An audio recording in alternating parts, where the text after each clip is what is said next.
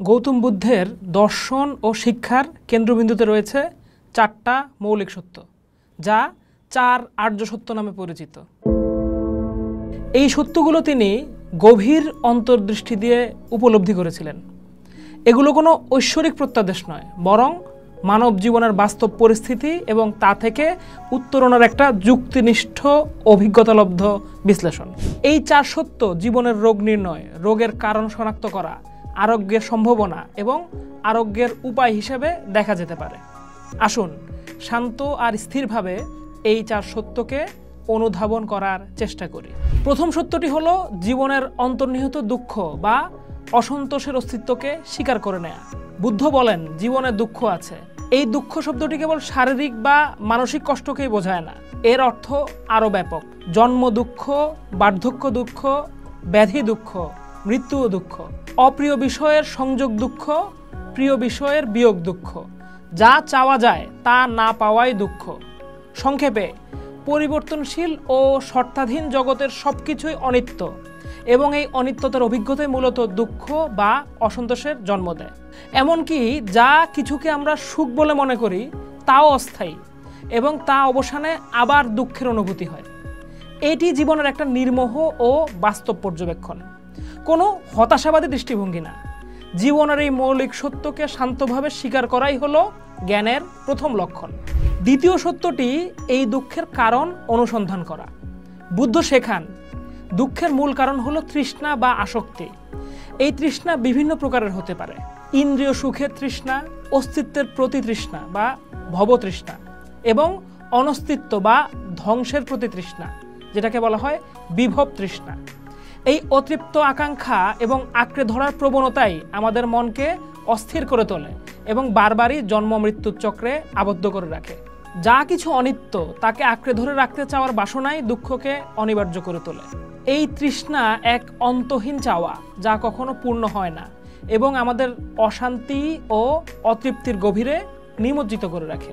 তৃতীয় সত্যটি আশার আলো দেখায়।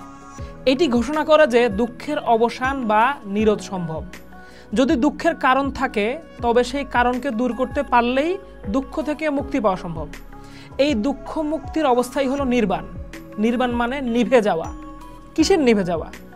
তৃষ্ণা, বিদ্বেষ এবং অজ্ঞতার আগুন নিভে যাওয়া। এটা একটা পরম শান্ত অবস্থা, যেখানে সকল প্রকার বন্ধন, আসক্তি ও দুঃখের অবসান ঘটে। এটা শূন্যতা নয়, বরং পূর্ণ শান্তি, মুক্তি ও অনাবিল স্থিরতার অভিজ্ঞতা। এই সত্য আমাদের জানায় যে মানবীয় প্রচেষ্টার মাধ্যমে দুঃখের চক্র থেকে বেরিয়ে আসা সম্পূর্ণরূপে সম্ভব।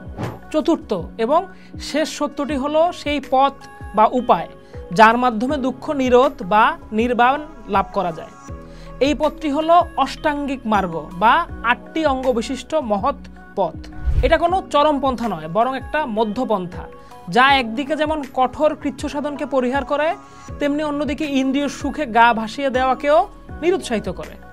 এই 8টি অঙ্গ এগুলো: সম্যক দৃষ্টি অর্থাৎ সঠিক উপলব্ধি, চার আর্য সত্যকে সঠিকভাবে জানা আর বোঝা, সম্যক সংকল্প সঠিক চিন্তা, আসক্তিহীন, অহিংস এবং মৈত্রীপূর্ণ চিন্তা করা, সম্যক বাক্য অর্থাৎ সঠিক বাক্য, মিথ্যা, কটু, বিভেদ সৃষ্টিকারী ও অসার বাক্য বর্জন করা, সম্যক কর্ম অর্থাৎ সঠিক কর্ম, অহিংসা, চুরি না করা এবং সংযমী জীবনযাপন, সম্যক আজীব সঠিক জীবনযাপন, সৎ ও অন্যের ক্ষতির কারণ নয় এমন কাজের মাধ্যমে জীবিকা নির্বাহ করা, সম্যক প্রযত্ন সঠিক প্রচেষ্টা, অকুশল বা মন্দ চিন্তা দূর করা এবং কুশল বা ভালো চিন্তা উৎপন্ন করা, সম্যক স্মৃতি সঠিক মনোযোগ, নিজের শরীর, অনুভূতি, মন ও পারিপার্শ্বিক পরিস্থিতি সম্পর্কে সজাগ ও সচেতন থাকা অর্থাৎ মাইন্ডফুলনেস, সম্যক সমাধি সঠিক একাগ্রতা, মনকে একটা নির্দিষ্ট বিষয়ে স্থির ও একাগ্র করার অনুশীলন। বুদ্ধ বলেন, জীবনে এই পথে চলার মাধ্যমেই তৃষ্ণার অবসান ঘটানো সম্ভব এবং নির্বাণ লাভ করা সম্ভব। বুদ্ধের চার আর্য সত্য কোনো জটিল দর্শন বা অন্ধবিশ্বাস নয়, এটি জীবনের দুঃখময় বাস্তবতাকে স্বীকার করে তার কারণ বিশ্লেষণ করে মুক্তির সম্ভাবনা দেখায় এবং সেই মুক্তির জন্য একটা সুস্পষ্ট বাস্তবসম্মত আর অনুশীলনযোগ্য পথ নির্দেশ করে। শান্ত ও স্থির মনে এই সত্যগুলোকে অনুধাবন ও অনুশীলন করতে পারলে জীবনের প্রতি আমাদের দৃষ্টিভঙ্গি পরিবর্তিত হতে পারে এবং আমরা ধীরে ধীরে দুঃখ ও অস্থিরতা থেকে মুক্তি লাভ করে পরম শান্তির দিকে অগ্রসর হতে পারি। পোস্ট দেখুন, ভাবুন, করুন। থাকুন পোস্টের সাথে।